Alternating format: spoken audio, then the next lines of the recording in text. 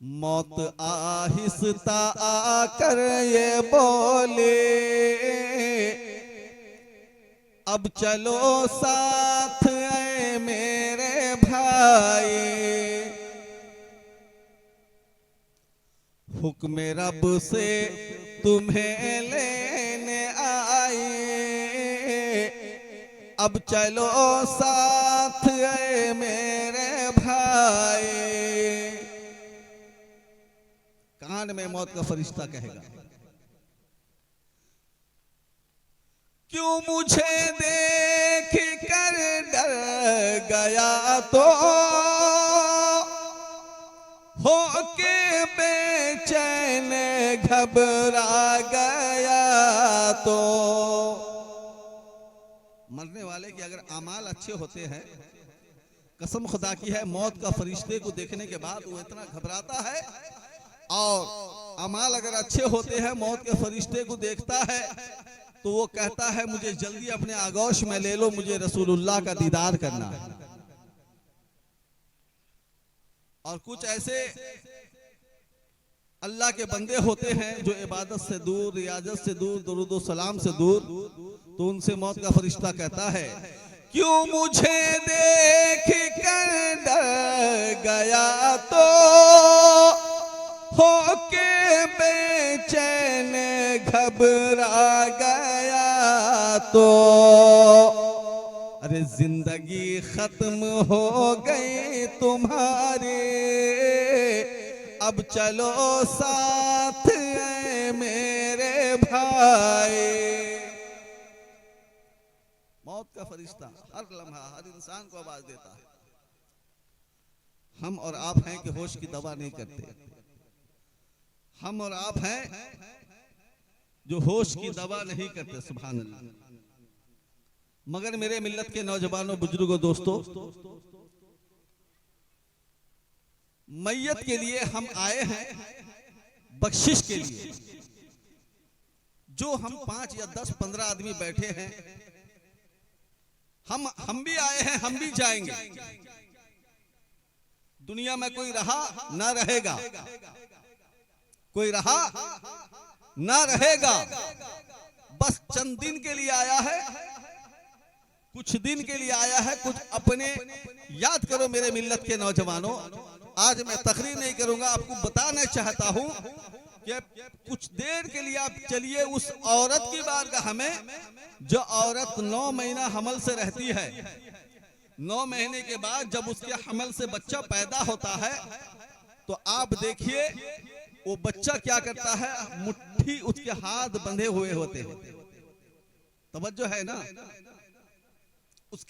उस बच्चा जब पैदा होता है उसकी मुट्ठी बंद होती है। जब पूछा गया आलम ख्याल में, बच्चा हाथ की मुट्ठी बंद करता है और बंद उसका रहता है, उसकी मुट्ठी बंद रहती है और कां कां कां कां चिल्लाने की आवाज उसके जबान से आती है। ये बात सही है कि नहीं? बोलिए, सही है ना? चिल्लाने की आवाज आती है। जब वो चिल्लाता है तो घर वाले कहते हैं कि ऐ मेरे बीवी कहती है, मेरे प्यारे शौहर चले जाओ मस्जिद के इमाम को ले आओ, मेरे बच्चे के सामने अजान पढ़ देंगे, जल्दी से अजान पढ़ देंगे, मैं उसका रोजा खुलवा दूं। ये कहते हैं ना। तो मेरे मिल्लत के नौजवानों, घर वाला गया मस्जिद के इमाम को लाया, इमाम आकर के खड़ा हो गया और कहने लगा अल्लाहु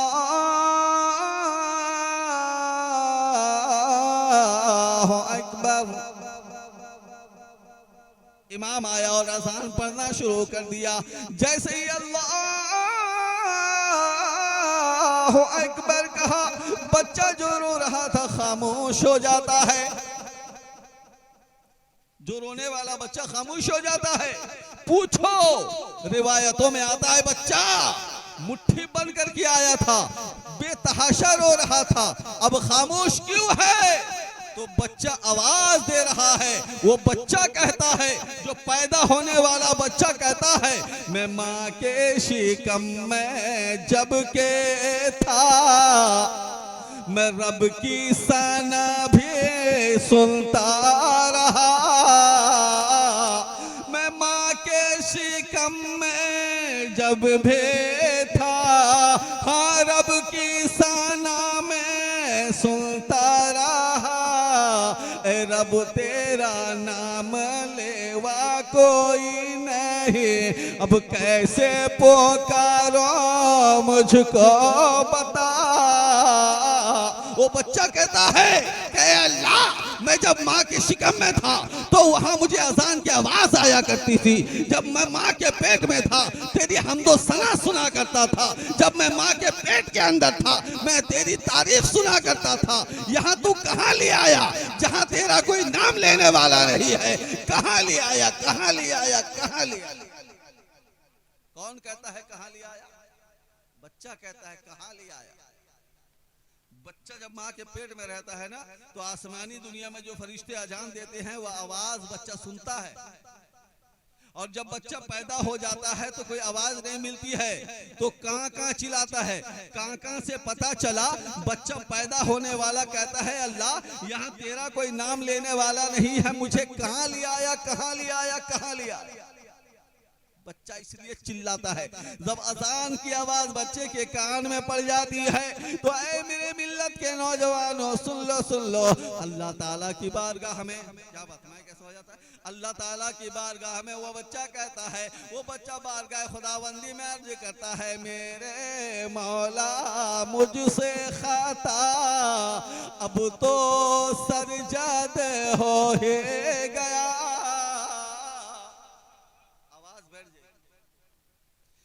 मेरे मौला मुझसे खाता अब मुझसे ही सरजद हो गया, तेरा नाम लेने वाला एक नेक ही बंदा आहे गया। नहीं, ऐ अल्लाह, यहाँ जो मैं गलत फहमी में था कि यहाँ तेरा नाम लेने वाला नहीं है, ऐ अल्लाह मैं यहाँ भी आवाज सुनता हूँ। सबसे पहली खता सुन लो, बच्चा पैदा हुआ, पैदा होने के बाद है मेरे मिल्लत के नौजवानों, मेरे मिल्लत के नौजवानों, वो बच्चा क्या करता है? बच्चे के जो है नार को काट देती है दाया।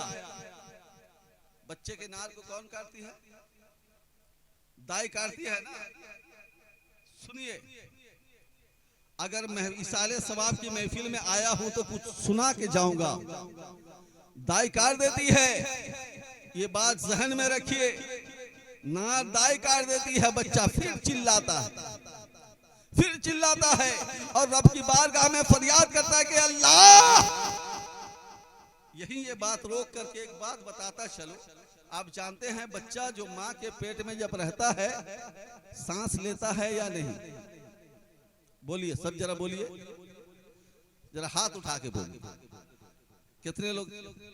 हाँ अब सुनिए, देखिए, इस उम्र तक हो गए लेकिन आपको मालूम नहीं है, माँ के पेट में अगर बच्चा सांस लेगा तो माँ मर जाएगी। माँ के पेट में नहीं लेता, बगैर सांस के बच्चा माँ के पेट में जिंदा रहता है। माँ के पेट में अगर बच्चा सांस लेगा तो माँ मर जाएगी। और सुनो मेरे मिल्लत के नौजवानों, बच्चा माँ के पेट में खाता है कि नहीं खाता है? खाता है कि नहीं? बोलिए, सबक लेके जाइए। खाता है कि नहीं? कैसे खाता है? कैसे खाता है? माँ के पेट में कैसे खाता है? बोलिए, कैसे खाता है? मुंह से खाता है? कैसे खाता है? हाँ, माँ जो खाती है वो नार के जरिए जाता है। किसके जरिए? जबान बंद, सांस बंद, फिर भी बच्चा माँ के शिकम में जिंदा है। जबान बंद है, सांस बंद है, फिर भी बच्चा माँ के शिकम में जिंदा है। मगर मेरे मिल्लत के नौजवानों, माँ जो खाती है वो शिकम के जरिए, वो नार के जरिए उसके शिकम में पहुंचता है, नार के जरिए उसके पेट में खाना पहुंचता है। तो मेरे मिल्लत के नौजवानों, बुजुर्गों, दोस्तों सुनो, जब वो खाने का रास्ता को दाया काट देती है, कौन काटती है? दाई काट देती है। तो रब की बारगाह में शिकायत वो बच्चा करता है, ऐ मेरे मौला मुझको बता ये रास्ता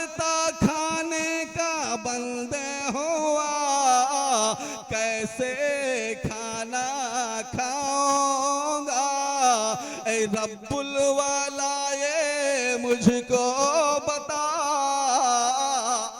रब की बारगाह में बच्चा रोता है, ऐ अल्लाह जिसके जरिए मैं खाना खाता था, दुनिया की दाया ने उस दरवाजे को बंद कर दिया है। रब फरमाता है, ऐ मेरे बंदे, दुनिया वाले ने तेरा एक दरवाजा बंद किया, मैं तेरे लिए माँ के सीने में 2 दरवाजे खोल देता हूं। क्या फरमाया? माँ के सीने में 2 दरवाजे खोल देता हूं। एक दरवाजा बंद जब होगा तेरा रब तेरे लिए 2 दरवाजे खोलेगा। जब 2 दरवाजा बंद होगा तो 4 दरवाजा खोलेगा। जब 4 दरवाजा बंद होगा तो 8 दरवाजा खुलेगा। जब 8 दरवाजा बंद होगा तो 16 दरवाजा खोल दिया जाता है। कितना दरवाजा खोला जाता है? 16 दरवाजा खोल दिया जाता है। एक अल्लाह अपने बंदे के रिस्क के लिए अल्लाह फरमाता है, मेरे बंदे तू रिस्क के बारे में फिक्र करना छोड़, आखिरत की फिक्र कर। रिस्क मेरी ड्यूटी है, मेरा काम है, मैं तुझे रिस्क दूंगा और तू आखिरत के बारे में सोच के आखिरत की तेरी भलाई कैसे होगी। तो मेरे मिल्लत के नौजवानों, बुजुर्गों, दोस्तों सुन लो, माँ के पेट में जबान को किस लिए बंद रखा? आप जानते हैं बच्चा जहां पैदा होता है उस घर में क्या कह देते हैं? छूत है।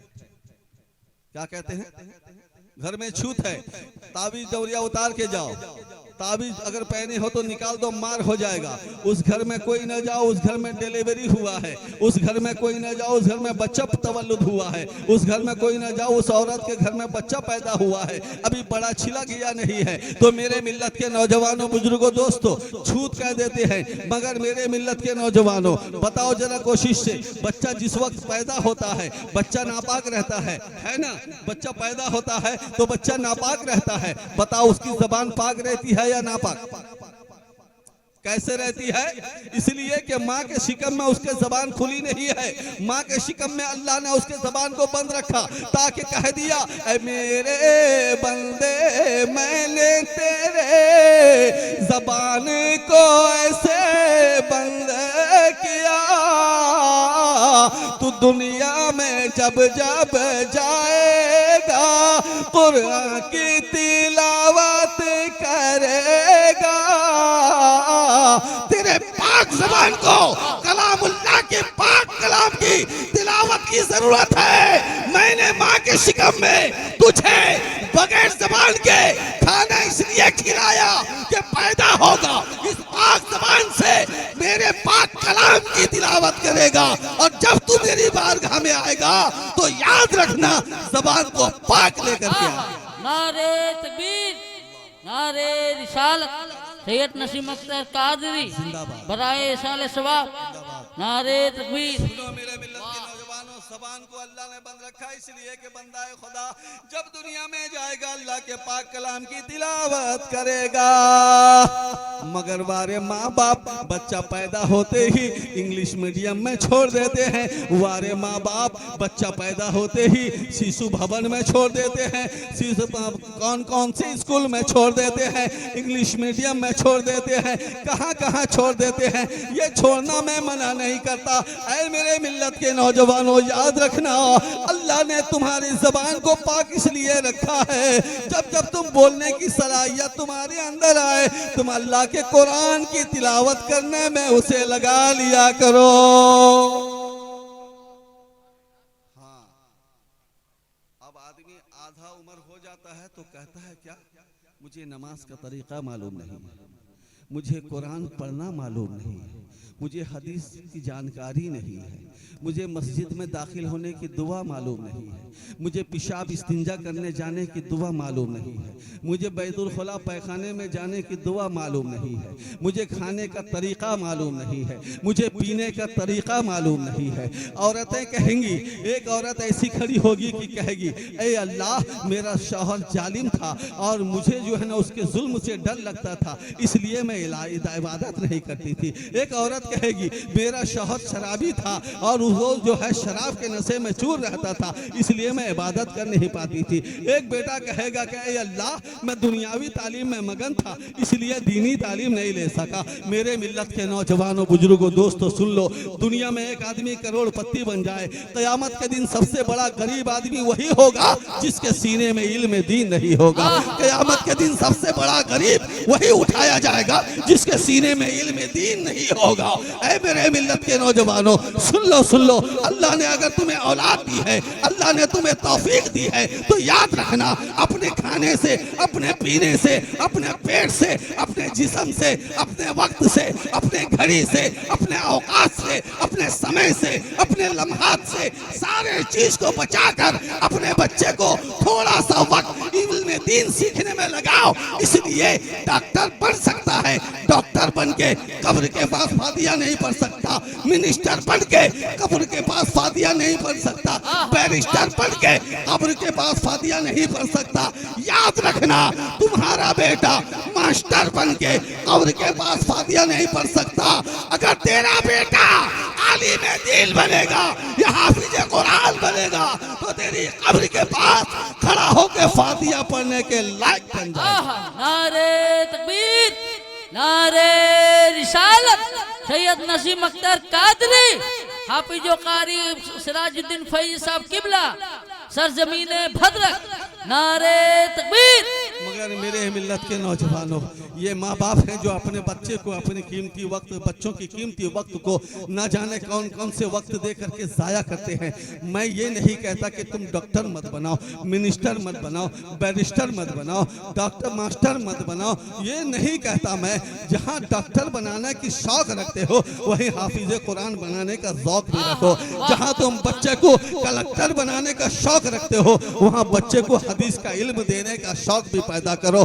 याद रखना आज यहाँ से यूपी चले जाओ, एक एक आलिम दीन आपको डॉक्टर होते हुए नजर आएंगे, एक एक बड़ा मुअल्लिम तुमको एक मिनिस्टर होता हुआ दिखाई देगा, तुम्हें मालूम होगा। मगर मेरे मिल्लत के नौजवानों, इसके लिए हमें वक्त देने के लिए, अपने बच्चे को छोड़ने के लिए हमारे पास वक्त नहीं है। मगर मेरे मिल्लत के नौजवानों सुनो, अब मैं तुमको आगे बताता चलूं बच्चे के लिए कितना दरवाजा खुला। ध्यान है ना सबका, कितना दरवाजा खुला खाने का? 16 दरवाजा खोला गया। जब 16 दरवाजा खोला गया तो मेरे मिल्लत के नौजवानों ये परवान चढ़ गया। अब इसके बचपना के जिंदगी से जवानी तक पहुंचा, जवानी की जिंदगी से अधेड़ तक पहुंचा, अधेड़ के बाद में से मेरे मिल्लत के नौजवानों बुढ़ापे के दहलीज तक पहुंचता है। याद रखना अगर उसकी उम्र खत्म हो जाती है तो याद रखना क्या होता है, उम्र खत्म हो जाती है तो इंतकाल कर जाता है। मैं अगर इस पर तकरीर करूंगा 4 घंटा तकरीर होगी, मगर मैं लपेट देता हूं। अगर इंतकाल कर गया, आप बताइए, ये जरूरी नहीं कि आदमी बूढ़ा हो के मरे, जरूरी नहीं। बूढ़ा बाप बैठा रहता है, जवान बेटा चला जाता है, जवान बेटा बैठा रहता है, उसका बेटा चला जाता है, बीबी बैठी रहती है, उसके बच्चे चले जाते हैं, माँ बैठी रहती है, बेटी चली जाती है। उम्र की कोई गारंटी नहीं है, कोई गारंटी है? उम्र की कोई गारंटी नहीं है। मगर मेरे मिल्लत के नौजवानों, आदमी इंतकाल कर गया था, इंतकाल करने के बाद आप यहाँ से कलेजे को थाम के सुनो मेरे प्यारे मुसलमानों, अगर आए हो इसाले सवाब की महफिल में तो ये तोहफा ले करके जाओ। इंशाअल्लाह आपको दुनिया में भी जब तक रहोगे काम आएगा, कब्र में भी जाओगे तो इंशाअल्लाह काम आएगा। सुनो, आदमी का इंतकाल हो जाता है, इंतकाल होने के बाद मेरे मिल्लत के नौजवानों क्या करते हैं? जिसका नाम रहता है तैयब, जिसका नाम रहता है ताहिर, जिसका नाम रहता है सुलेमान, जिसका नाम रहता है मुरब्बी, जिसका नाम रहता है लुकमान, आज उसका नाम से पुकारा नहीं जाता है, उसे जनाजे के नाम से, मैयत के नाम से याद किया जाता है। किसके नाम से? जोर से, किसके नाम से याद किया जाता है? मैयत के नाम से याद किया जाता है। अब वो बाप नहीं रहा जिसका कल वो बाप था, बेटा भी कहता है ये जनाजा है, जिसका वो शौहर था बीवी भी कहती है ये जनाजा है, जिसका वो भाई था भाई भी कहता है ये जनाजा है। ऐ लोगों, दोस्त था, दोस्त भी दोस्त नहीं कहता है, कहता है जनाजा है। क्या पता चला? आंख बंद होते ही, निसास टूटते ही नाम बदल गए ना। आदमी जिंदगी किस लिए लगाता है? आदमी पूरी जिंदगी किस काम के लिए जीता है? जानते हैं? 3 काम के लिए। तीन काम है ना। एक अपना नाम ऊंचा हो, एक अपनी बिल्डिंग बड़ी लंबी चौड़ी हो, ठीक है।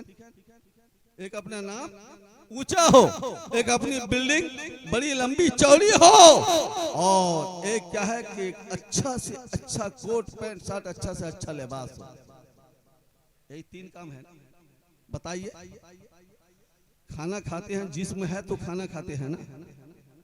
यही तीन काम है। नाम बहुत ऊंचा हो, और मकान बहुत ऊंचा हो, और लिबास बहुत उम्दा हो। ये तीन काम के लिए आदमी जीता है। बताओ, आंख बंद होते ही ये तीन काम क्या काम आएगी तुम्हारे? बताओ। ये तीन नाम सबसे पहले चेंज किया जाता है। जिसका नाम ऊंचा था, बादशाह सुलेमान, उसका नाम हो गया जनाजा मैयत। क्या हो गया? नाम चेंज हो गया ना, मैयत। और जिसकी सबसे बड़ी बिल्डिंग थी, आज उसकी बिल्डिंग है उसकी कब्र। क्या है? कब्र। और जो लिबास बहुत ज्यादा उम्दा पहनना चाहता था कि 50,000 का कोट सिला के पहनूंगा, तो आज उसका लिबास क्या है? कफन। क्या है? यही तीन चीज आपको लेके जाना है। कब्र की तैयारी करनी है, कफन में लपेटे होना है, और उसके बाद में नाम अपना जनाजा लेके जाना है, मैयत लेके जाना है। मगर मेरे मिल्लत के नौजवानों, सुनो, आदमी जब इंतकाल कर जाता है, अब सुनो, दर्द भरी बात सुनो। जब आदमी इंतकाल कर जाता है ना, करने के बाद घर वाले सुला देते हैं। सुलाने के बाद सबसे पहले क्या करते हैं? कहते हैं कि उसका सराना और पैताना चेंज करो। कहते हैं ना। बोलिए, आप लोग दिल में हाथ रखे बोलिए, सही बोल रहा हूं कि गलत? जोर से बोलिए, सब बोलिए, सही बोल रहा हूं ना? सराना पैताना चेंज करो। पहले कोई सर के तरफ पकड़ता है, कोई पैर के तरफ पकड़ता है, कमर में पकड़ता है। सराना पैताना चेंज करो। जब जकड़ के पकड़ते हैं ना, सुनो मेरे मिल्लत के नौजवानों, मरने वाला आवाज देता है। जो मर के पड़ा है ना, वो आवाज देता है। मरने वाले की सिर्फ सांस बंद होती है, आंख बंद होती है, और सब चीज खुला रहता है। हर चीज खुला रहता है। वो देखता है कि मेरे दाहिने जानिब मेरा बाप रो रहा है, मेरे बाएं जानिब मेरी बीवी रो रही है, मेरे पैर के जानिब मेरे बच्चे यतीम हो गए रो रहे हैं, मेरे सर के जानिब मेरी बहुएं रो रही है।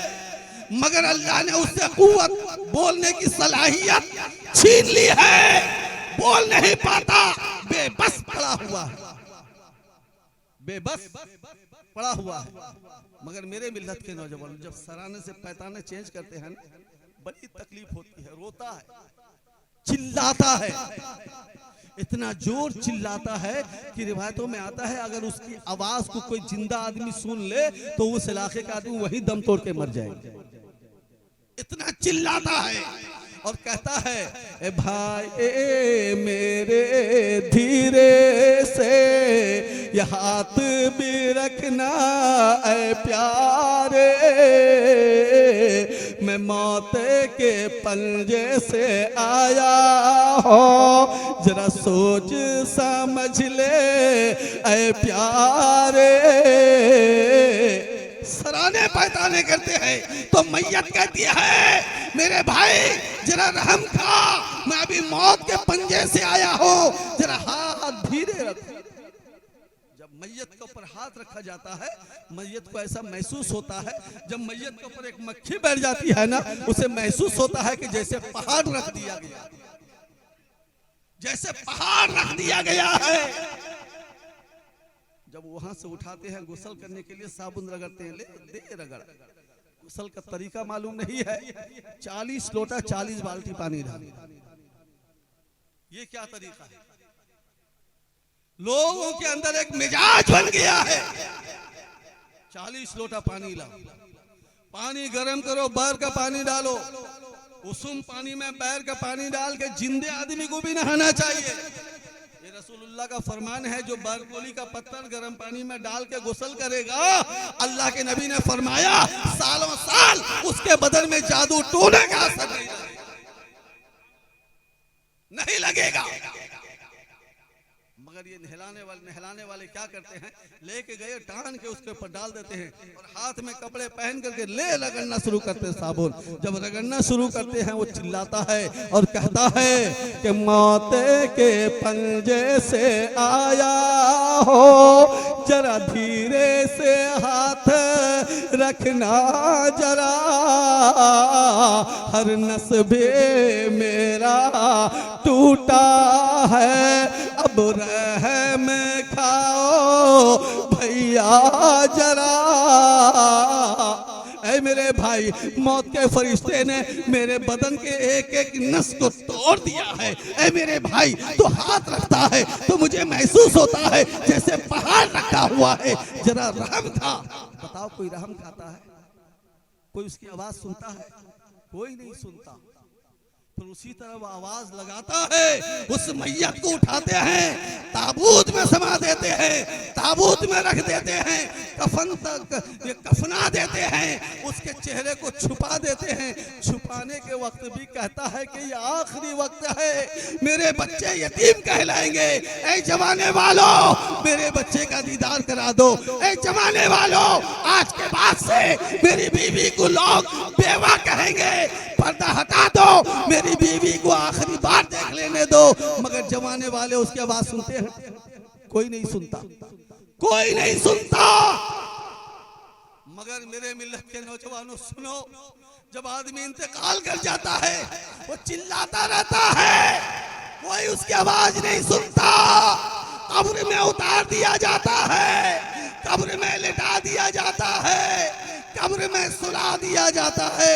सुलाने के बाद है मेरे मिल्लत के नौजवानों, जब उसके ऊपर मकबरा तैयार किया जाता है, उस वक्त भी वो आवाज लगाता है, ऐ मुझे छोड़ के तन्हा जाने वालों, जरा मुड़ मुड़ के देखो, आज के बाद से मेरी बीवी को लोग बेवा कहा करेंगे, मेरे बच्चे को लोग यतीम कहा करेंगे, मेरे दोस्त मुझसे छूट गए हैं। मगर मेरे मिल्लत के नौजवानों, ये आवाज को सुनने वाला कोई नहीं होता, इस आवाज को सुनने वाला नहीं होता। मगर हाँ, जो बंदा खुदा जिक्र औलिया करते, जिक्र मुस्तफा करते हुए, नमाज पढ़ते हुए, 5 वक्त की नमाज पढ़ता है, मुस्तफा पर दरूद पढ़ता है, वो कहता है कि लोगों, मुझे जल्द से जल्द मेरी मंजिल को पहुंचा दो, इसलिए मैं मंजिल में पहुंचते ही मुस्तफा का दीदार कर लूंगा। पता क्या चला, बेनमाजी तड़पता है दीदार करने के लिए और नमाजी तड़पता है दीदार मुस्तफा करने के लिए। सुभान अल्लाह। तो मेरे मिल्लत के नौजवानों बताओ, मेरे मिल्लत के नौजवानों फैसले से बताओ, तुम्हें नमाज का तरीका कहां से मिलेगा? बोलो, नमाज का तरीका कहां बताया जाता है? बोलिए, आप अपने जबान से बोलिए, सब बोलिए। नमाज का तरीका आपको मदरसा में सिखाया जाता है। कहाँ सिखाया जाता है? बोलिए, मदरसा में सिखाया जाता है। बेटा ऐसा नमाज पढ़ना, बेटा कुरान की तिलावत इस तरह करना, बेटा नमाज इस तरीके से पढ़ी जाती है, बेटा सजदा इस तरीके से किया जाता है, नमाज के लिए लिबास ऐसा होना चाहिए, नमाज के लिए चेहरे में दाढ़ी होनी चाहिए, क्योंकि दाढ़ी सुन्नत रसूल है और इबादत जो है ये कानून खुदाबंदी है और कानून खुदाबंदी नाफिज हुआ है वसीले से मुस्तफा के, वसीले से मुस्तफा के। ये कहां सिखाया जाता है? मदरसा में। अब बताओ, इंग्लिश मीडियम में ये सिखाया जाता है? बोलिए जनाब, इंग्लिश मीडियम में ये सिखाया जाता है, हैप्पी हम में सिखाया जाता है, स्कूलों में, जनरल स्कूल में सिखाया जाता है, कॉलेज में सिखाया जाता है, बताओ कोर्ट में सिखाया जाता है, कचहरी में सिखाया जाता है, कहीं पर किसी को सिखाया जाता नहीं। ये दौलत अगर किसी को मिलती है तो वो मुस्तफा के घर से यानी मदरसा से। इसलिए अपने बच्चे को दीनी तालीम दो, दीनी तालीम दो, ताकि तुम्हारे मरने के बाद भी तुम्हारा बच्चा इंसाने सवाब की महफिल करे।